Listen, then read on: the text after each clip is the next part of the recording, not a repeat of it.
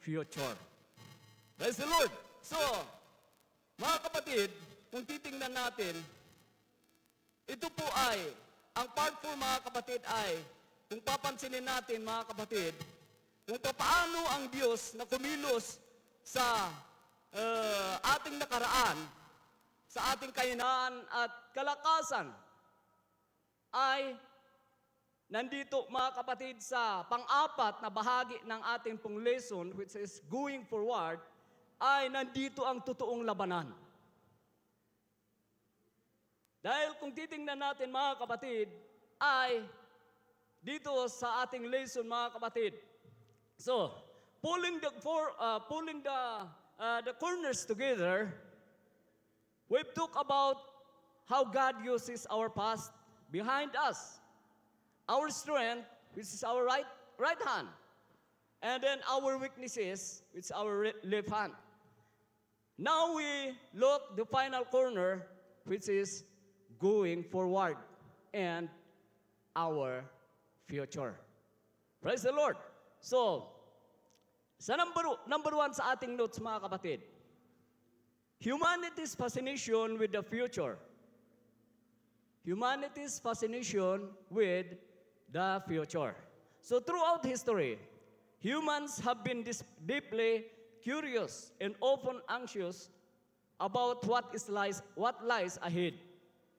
This fascination has led to countless efforts to predict, imagine, or control the future. So spanning fiction, science, religion, and even government policy. So people have always tried to predict or control what is next or what's next. So, dito, time travel fiction. What is time travel fiction? History about time travel reveal humanity's desire to explore the unknown or undomestics or glimpse what's coming. And then, doomsday prediction. For centuries, people have forecasted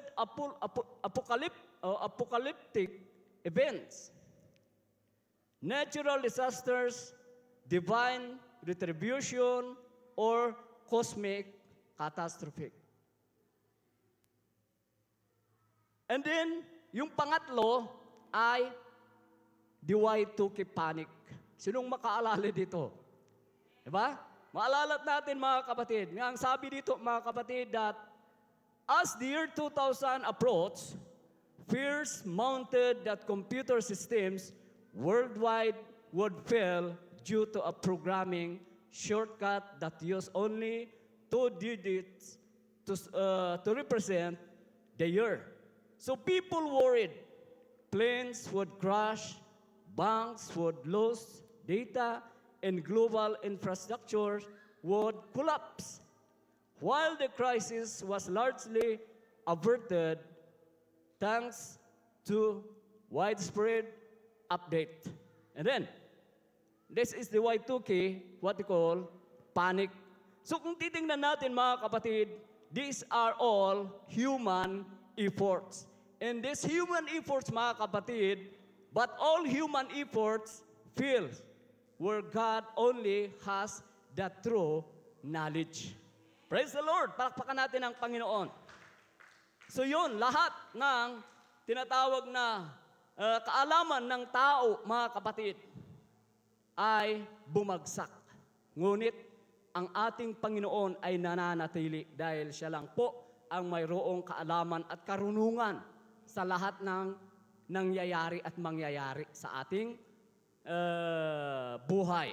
Praise the Lord! So, Isaiah chapter 46 verse 10, kung babasaan natin dito, sabi dito, declaring the end from the beginning, and from ancient times, the things that are not yet done, saying, my counsel shall stand, and I will do all my pleasure.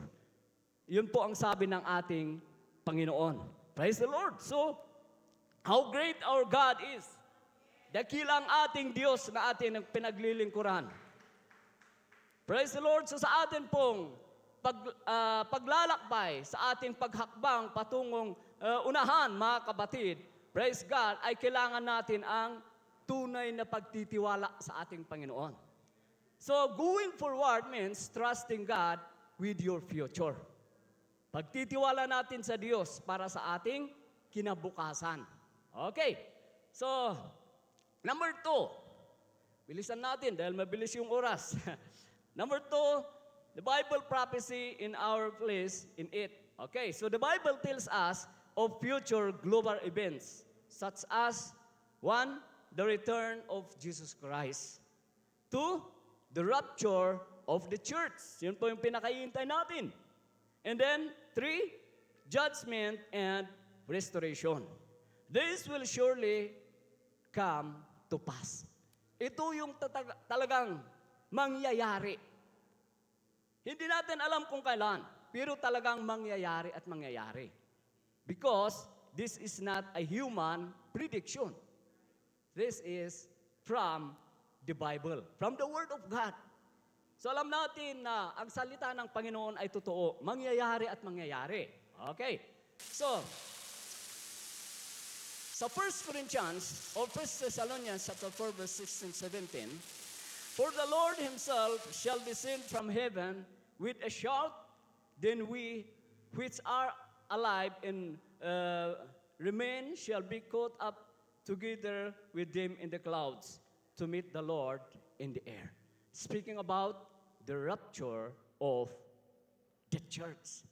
Praise God. So, we are, tayo po mga kapatid, sa ating kapanahunan, sa ating patuloy na paglilingkod sa ating Panginoon, tayo po ay humabang dahil mayroon tayong tinatawag na inaasang o mayroon tayong pag-asa. Mayroon tayong desire and determination, mga kapatid, sa ating future.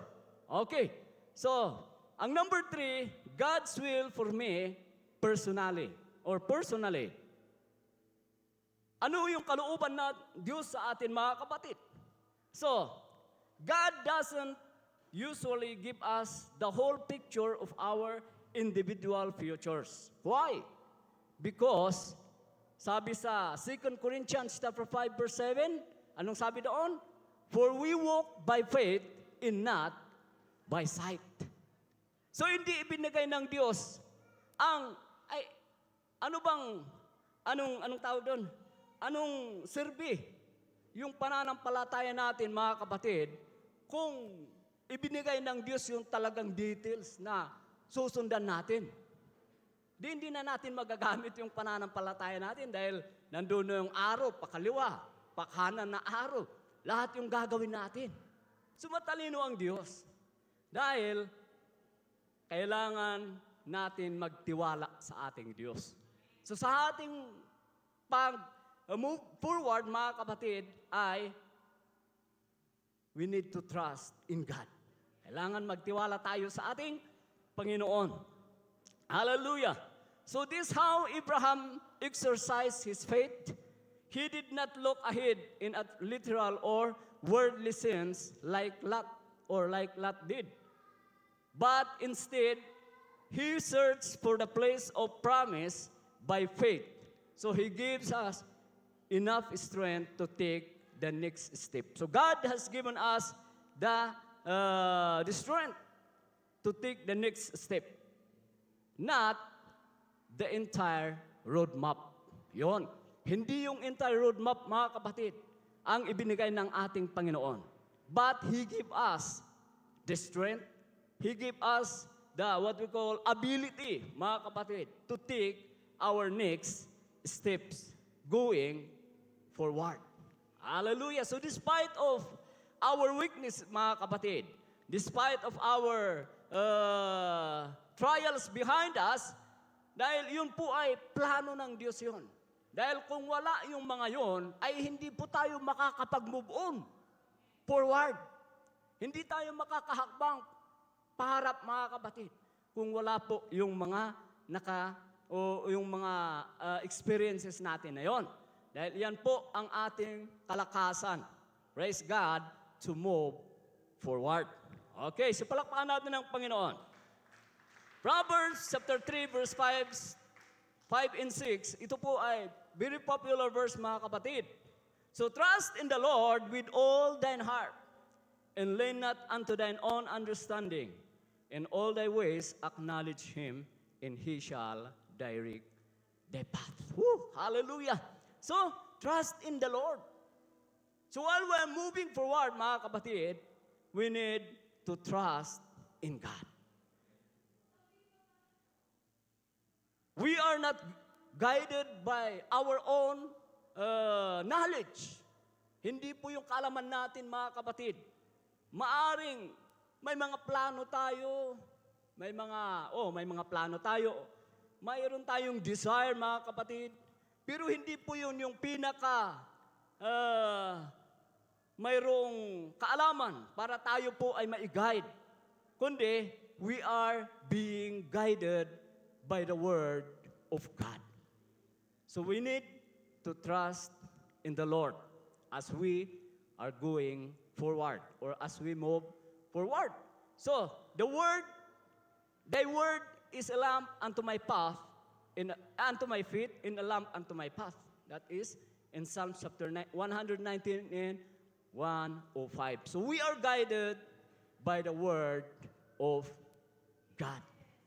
So, how we will be guided by the word of God? Paano tayo ma-guide ng salita ng ating Panginoon? We need to trust in the word of the Lord. Magtiwala tayo sa salita ng ating Panginoon.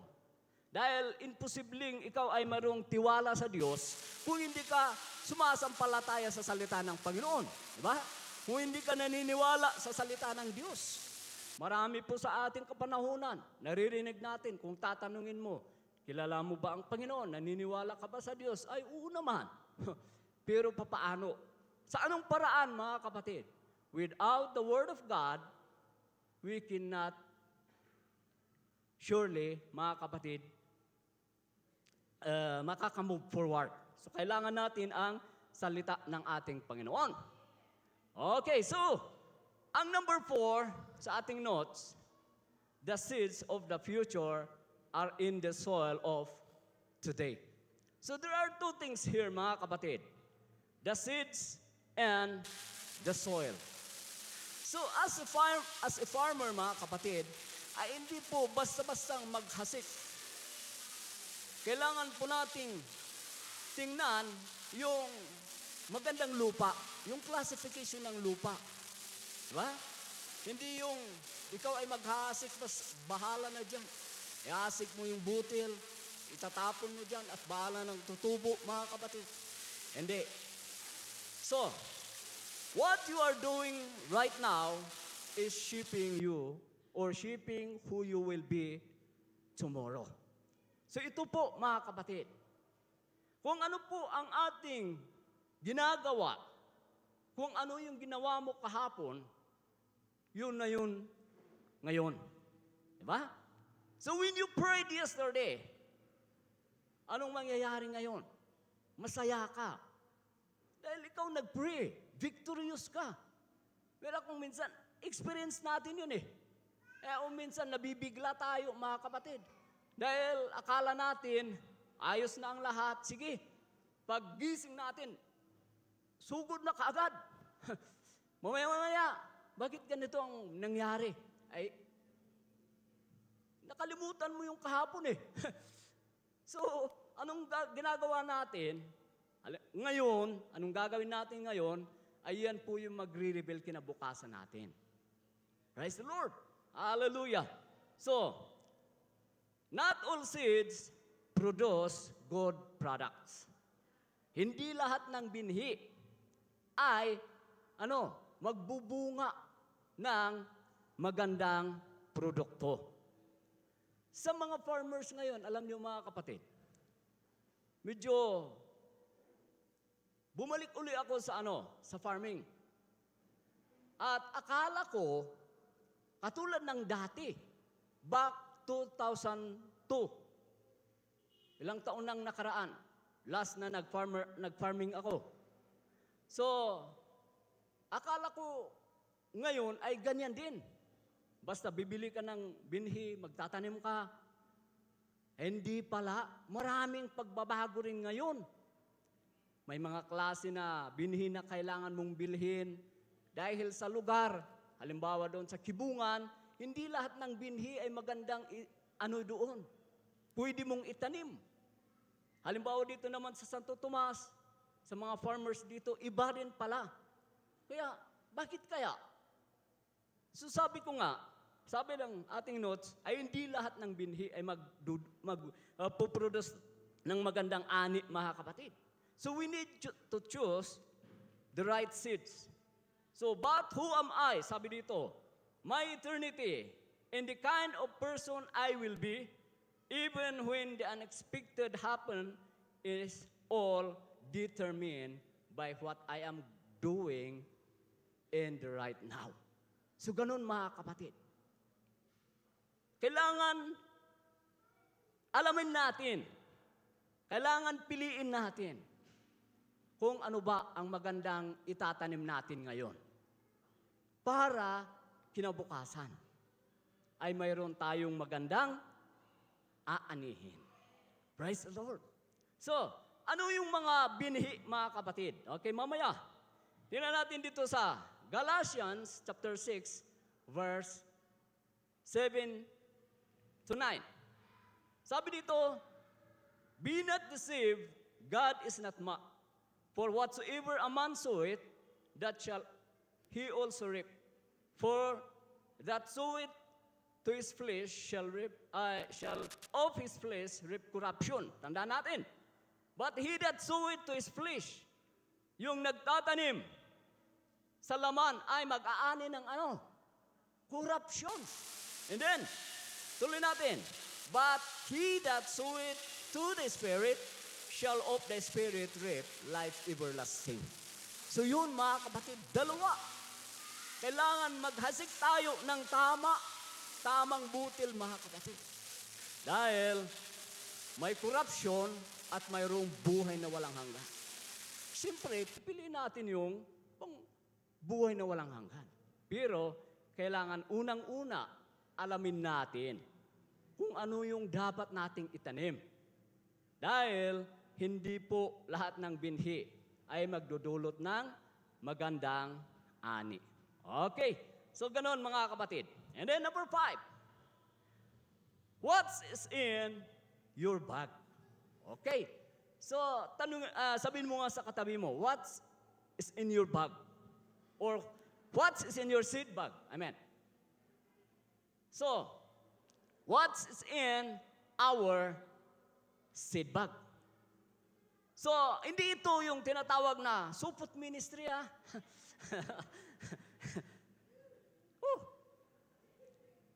What is in your seed bag? Sabi dito yung question, mga kapatid. So, letter A, your past. Your past doesn't disappear. Ang ating nakaraan, tandaan natin hindi ito talagang mabubura. Hindi ito talagang mawawala. Yung mga experience, mga trials natin. Hindi ka agad-agad mawala yan. Pabalik-balik yan sa atin. Pabalik-balik. But what is the good thing, mga kapatid? God can transform it. Woo, hallelujah! God will transform, mga kapatid. So our relationship with the past and how it is affecting our present is going to impact our future. So ganun, mga kapatid. Yung mga nakaraan natin ay talagang matindi yun. Dahil kung hindi natin babantayan, ay malaking impact yan sa ating kinabukasan. Diba? Malaking impact yan. Kaya nga, kailangan natin magtiwala sa Diyos Dahil kung ipagkakatiwala natin sa Diyos ang lahat, ating mga trials, mga experience diyan, mga kapatid, ito ay itatransform ng ating Panginoong Diyos. At anong mangyayari, mga kapatid? Pag itinransform ng ating Panginoon ito, magiging patutuo natin ito sa ating buhay. Praise the Lord. So, What a person chose yesterday has a direct impact on who they are today. So ito po ay, sabi dito sa ating notes ay, what a person chose. So, depende po yan sa atin mga kapatid. Kung ito po ay ginusto natin, ito po ay pinili natin, ay ito po yung magiging direct impact. Dahil, bakit? Anong sabi ng salita ng Panginoon? Kung ano ang ating itatanim, yun din ang ating aanihin. Oo. Pero ang kagandahan, mga kapatid, sa atin bilang nananampalataya sa ating Panginoon, nakakilala sa ating Diyos, God can transform. All trials, experiences, problems, whatever, mga kapatid, hallelujah. At yun ay magiging patutuo natin. Praise God. That how great our God is. Gaano kabuti ang ating Panginoon. So alam ko, mga kapatid, lahat tayo, mayroon tayong patutuo. So yung patutuo natin, mga kapatid, ay wag nating, kalimutan yun. Dalhin natin yan, mga kapatid. Dahil ito po yung ating kalakasan. Ito po yung sasabi, mga kapatid. Sa atin, ito yung magpapaalala sa atin, mga kapatid, kung gaano kabuti ang Diyos sa ating nakaraan. Okay. So, in Romans chapter 8, verse 28, and we know that all things work together for good to them that love God. Okay. So, the process of bearing fruit didn't begin when the first flowers appeared on the branches. So, paano ba?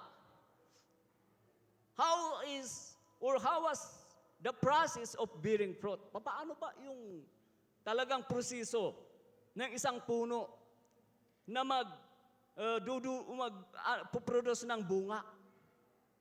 Ay hindi, sabi dito sa ating notes, hindi doon sa pag-usbong ng unang flower ay doon mabubuo.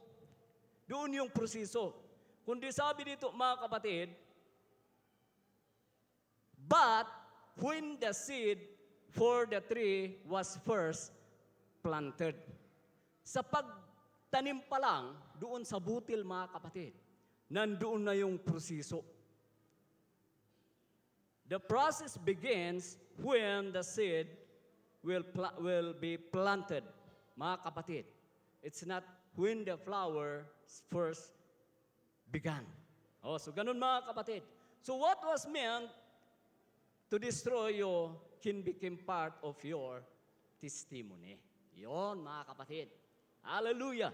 Kung yung inaakala natin, yung mga experience natin na grabe, parang doon na nga halos hindi natin kayang magpatuloy. Halos hindi natin kayang dalhin. Mabigat yung ating mga pagsubok na yon. Pero, mabuti ang Diyos. Dahil hindi na tayo iniwan doon. Dinala tayo, mga kapatid, hanggang sa ngayon. Dahil ang plano ng Diyos sa bawat isa sa atin ay patuloy. Moving forward, mga kapatid. Sabi ko nga, nandito yung totoong labanan. Praise the Lord. Moving forward. Hallelujah. So, moving forward, mga kapatid, ay hindi natin masasabi na kumbaga secure. Dahil mayroon at mayroong pagsubok pa rin dito. Dahil ang pagsubok, mga kapatid, ang trials ay hindi yan nawawala.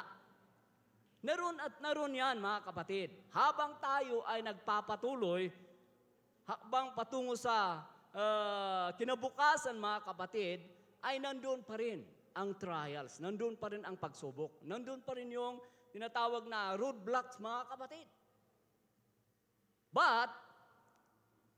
Ngunit, ang salita ng ating Panginoon, ang sabi dito, trust in the Lord with all thine heart.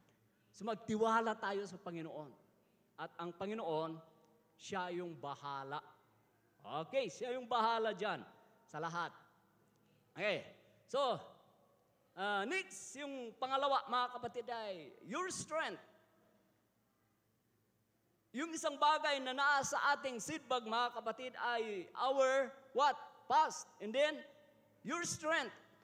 Don't just rely on a natural talent. Huwag tayong magtiwala sa talento kung anong mayroong ka man.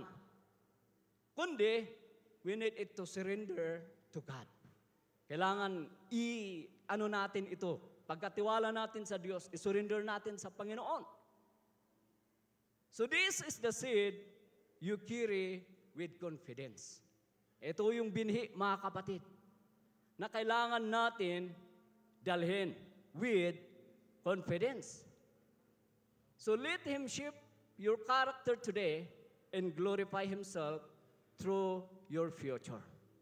So, sa ating buhay, mga kapatid, kailangan natin ang ating Panginoon na siya po yung huhulma sa atin. Anong dapat hulmain ng ating Panginoon sa ating buhay? Yung karakter natin. Dahil yung karakter natin, mga kapatid, isang katanungan, ito po yung, anong tawag doon sa Tagalog, yung karakter. Pag-uugali ba o... yun. Tama. Okay. So, yun po, mga kapatid. Meron ba kayong napansin, mga kapatid? Sabihin ko lang sa akin lang experience. Dahil, ang ugali, mga kapatid, ay kung ano ang, kung saan tayo na-train, kung ano ang itsura natin, kung ano ang, ano natin noon. Mula po tayo sa pagkabata, mga kapatid, at sa ating paglaki, mga kapatid. Nandun pa rin at nandun yun. Kaya kung minsan, pag mayroong napipikon sa'yo, ugali mo nga talaga. Diba? Ang ugali talaga ng tao na yun. Kaya bantayan natin, mga kapatid. Bantayan natin ang ating sarili, mga kapatid. Dahil hindi yung mukha mo ang sasabihin, kundi yung ugali. Dahil ano ba yung ugali natin, mga kapatid? Nandun nakasalalay yung ano natin, future natin. Kaya yung ugali natin, mga kapatid, ay ipagkakatiwala na sa ating Panginoon dahil ang Panginoon ang siyang maghuhulma. Babaguhin ng Diyos. Hallelujah. Kaya nga, we are born again Christian. Dahil Dahil binago tayo ng ating Panginoon. Hindi na tayo katulad ng dati. Diba? Maliban kung ikaw ipabalik-balik sa dati. Diba? Kailangan mamuhay tayo ayon sa pangunguna o the leading of the Word of God in our life. Okay, so pangatlo, your weaknesses. God can use even the smallest, most broken parts of your life. Yun. May plano ang Diyos. May purpose ng Diyos. Your weaknesses. God can use even the smallest, most broken part of your life. Yun po ay may plano, may purpose ang Panginoon. And He said unto me, 2 Corinthians chapter 12, verse 9, my grace is sufficient for thee, for my strength is made perfect in weakness. Yan. Okay. But God had chosen the foolish things of the world to confine the wise. So laging mayroong plano ang Diyos. Laging mayroong talagang kung titingnan natin, mga kapatid, malalo yung kwento ng kalabasa at saka yung anong tawag doon? Nasabi niya ay nagkamali daw yung Diyos. Maaari bang magkamali ang Diyos? Sa maliit na bagay, may purpose ng Diyos yan. Sa malaking bagay, may purpose ng Diyos. Kaya nga nakakatawa, di ba? Nung nahuli yung kalabasa, tumama sa ulo niya, doon na-realize niya, tama ka, Lord. Huwag natin sapawan ang karunungan ng Diyos. Kundi, ibigay natin ang lahat sa ating Panginoon, pagkatiwala natin ang lahat sa ating Panginoon. Dahil kahit, sabihin natin, yung buhay natin ay parang sirang-sira, mga kapatid. Pero babaguhin at aayusin ng Diyos yun. It will transform into our testimonies. Okay. So, ganun mga kapatid. So, we have an example here. Hannah's prayer led to Samuel, a mighty prophet. Alam natin ang kwento nito mga kapatid. And then, the widow's meal sustained Elijah's and led to revival on Mount Carmel. So ito yung mga Bible history, mga kapatid, na nangyari na sa mga maliliit lang na bagay. Isipin mo yung just a handful, mga kapatid. Pero malaking impact. Anong naging bunga, mga kapatid? Anong naging impact, mga kapatid? Nung yung widow woman, mga kapatid, ay sumunod sa kalooban ng Panginoon. Anong nangyari? Yung, anong tawag doon? Doon, yung oil, mga kapatid, na walang hinto, tuloy-tuloy, mga kapatid. So, that is the result if we obey the Word of God. If you obey God, if we obey God, mga kapatid, ay ganun po ang magiging bunga. Okay, so, next time, mga kapatid, godly seed brings a godly harvest. Number 6. So, godly seed brings a godly harvest. Ye shall know them by their fruit. Sabi sa Matthew chapter 6, verse 16 to 17. Hindi natin ito babasahin, pero even so every good tree bring it forth good fruit. So, yun. Kailangan ang butil, mga kapatid, ay kung ano ang yung itatanim, kung ano ang quality ng butil, mga kapatid, na itatanim, ay yun din yung ibubunga, mga kapatid. Yun din magiging outcome. Kaya, mga kapatid, hallelujah. For the seed the Lord, 1 Kings chapter 17, verse 14. For the seed the Lord, Lord God of Israel, the barrel of meal shall not waste, neither shall the crowds of the oil. Bumalik ako doon sa ano. Okay, dito. It is so important, sabi dito, it is so important to seek out the good seed because it will brings you a brighter tomorrow. Yon. Kailangan piliin natin. Alamin natin yung talagang tamang binhi na itatanim nga natin ngayon para sa kinabukasan natin. Magandang kinabukasan, mga kapatid. So the fruit in your life comes from the seed you are planting today. So yung bunga sa ating buhay comes from the fruit or the seed that we are planting today. Yun. Dahil ikaw din ang aani. Ikaw din yung makikinabang sa binhi na yung itatanim. Maaring magiging ikaw ay tinatawag na, kung ikaw ay pagpapalain dahil sa binhi na yung itatanim, maaring ikaw ay gagamitin bilang channel of blessings. But first of all, ikaw at ikaw ang makikinabang. Diba? Praise the Lord. So ganyan, mga kapatid. And then,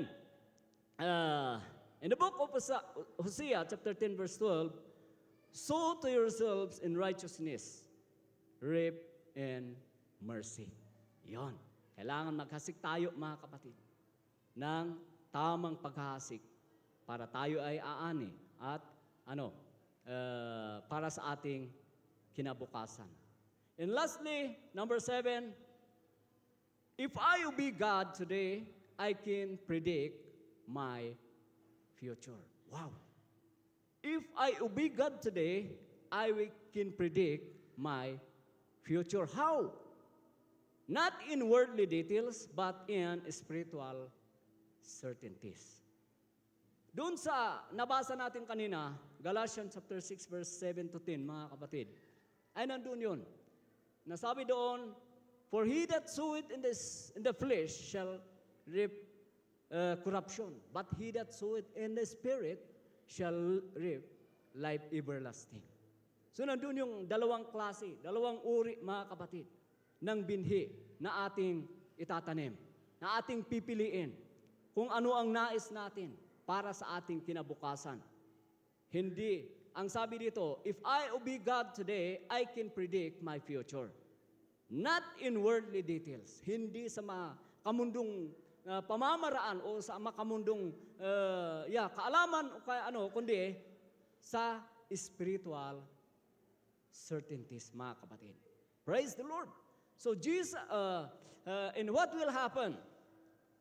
What will happen if we obey God, mga kapatid? Because, sabi dito, Jesus will never leave me nor forsake me.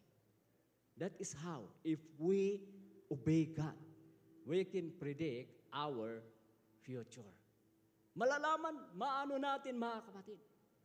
Dahil alam natin na ang Diyos ay dadalhin tayo sa tinatawag na kaniyang plano.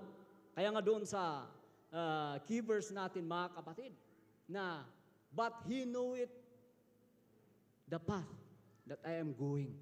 Ngunit alam ng Diyos ang aking patutunguhan. Kaya, tayo mga kapatid, hindi tayo sigurado eh. Di ba? Hindi natin alam kung anong mangyari. Pero alam ng Diyos. Anong gagawin natin mga kapatid? Magtiwala tayo sa Diyos. Dahil ang Diyos ang nakakaalam para sa ating kinabukasan. But, we need to work also. Kailangan din magtanim tayo. Being part natin mga kapatid. Dahil sabi doon sa notes natin, sa na hindi ibinigay ng Diyos. Yung talagang details na roadmap. Kundi ang ibinigay ng Diyos yung kakayanan natin to move forward, to take our next steps.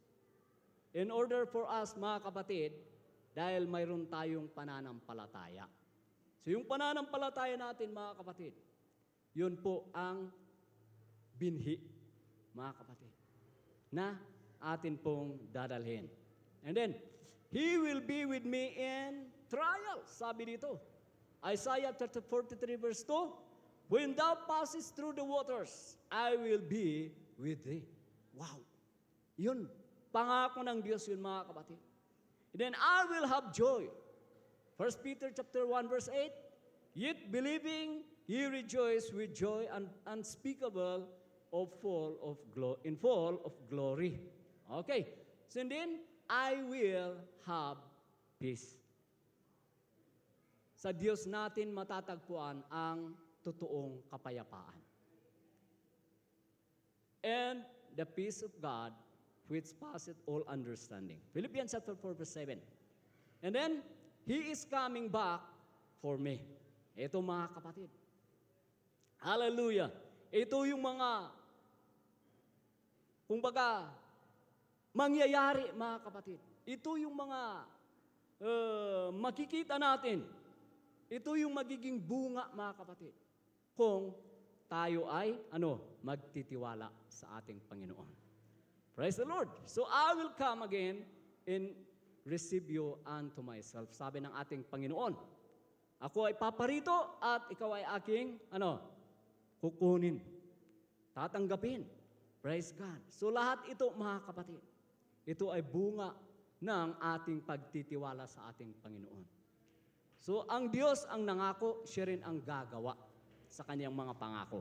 Praise the Lord. And then, sa ating conclusion, mga kapatid, sabi dito, trust God with the fourth corner or your future. Praise God. So, your past has a purpose. Your strength have potential. Your weaknesses have power. And your future is in God's hand. Wow! Praise the Lord! Hallelujah! So ito po mga kapatid, yung pang-apat na bahagi ng ating lesson. So, salamat at itinuro ni Sir Jojo patungkol sa ating mga nakaraan, our past. Sir Tony, sa ating kalakasan. And then, Sir Isaac, sa ating kahinaan. And then, here we are. And the fourth corner, which is our future. Going forward. So magpatuloy tayo mga kapatid. Let every seed you sow today, your attitude, your faith, your obedience, be spirit-led and rooted in God's Word. Hallelujah! So habang tayo ay tumatayo sa oras na ito mga kapatid, basahin ko sa Psalm chapter 37 verse 23-24. The steps of a good man are ordered by the Lord, and he delighted in his way. Though he fall, he shall not be utterly cast down, for the Lord upholdeth him with his hand. So instead of getting discouraged in your weaknesses, be encouraged to move forward.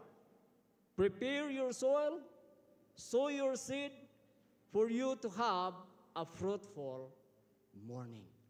Okay, so let's walk with faith, run with patience. And if you got tired, sabi doon sa Isaiah chapter 40 verse 31, anong sabi doon? They that wait upon the Lord shall renew their strength. Kung nararamdaman natin mga kapatid, na tayo ay nanghihina sa ating paghakbang, moving forward mga kapatid,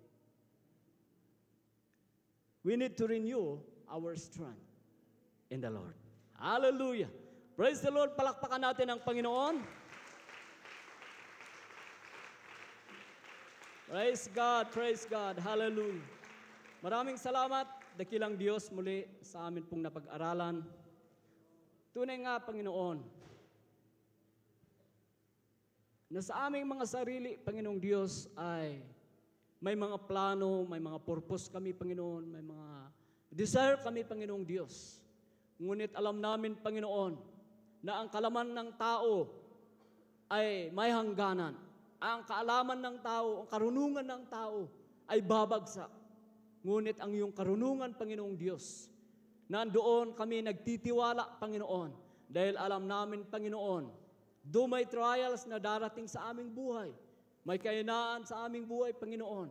Ngunit kung kami po ay patuloy na magtitiwala sa iyo, habang kami, Panginoon, ay nag-move forward, Panginoon, alam namin, dakilang Diyos, na tagumpay kami, Panginoon, dahil kasama ka namin, Panginoon, sa aming paglalakbay. Praise the Lord. Palakpakan natin ang Panginoon. Hallelujah. Thank you. Trusting God means victory. Hallelujah. Trusting God means victory. Hallelujah.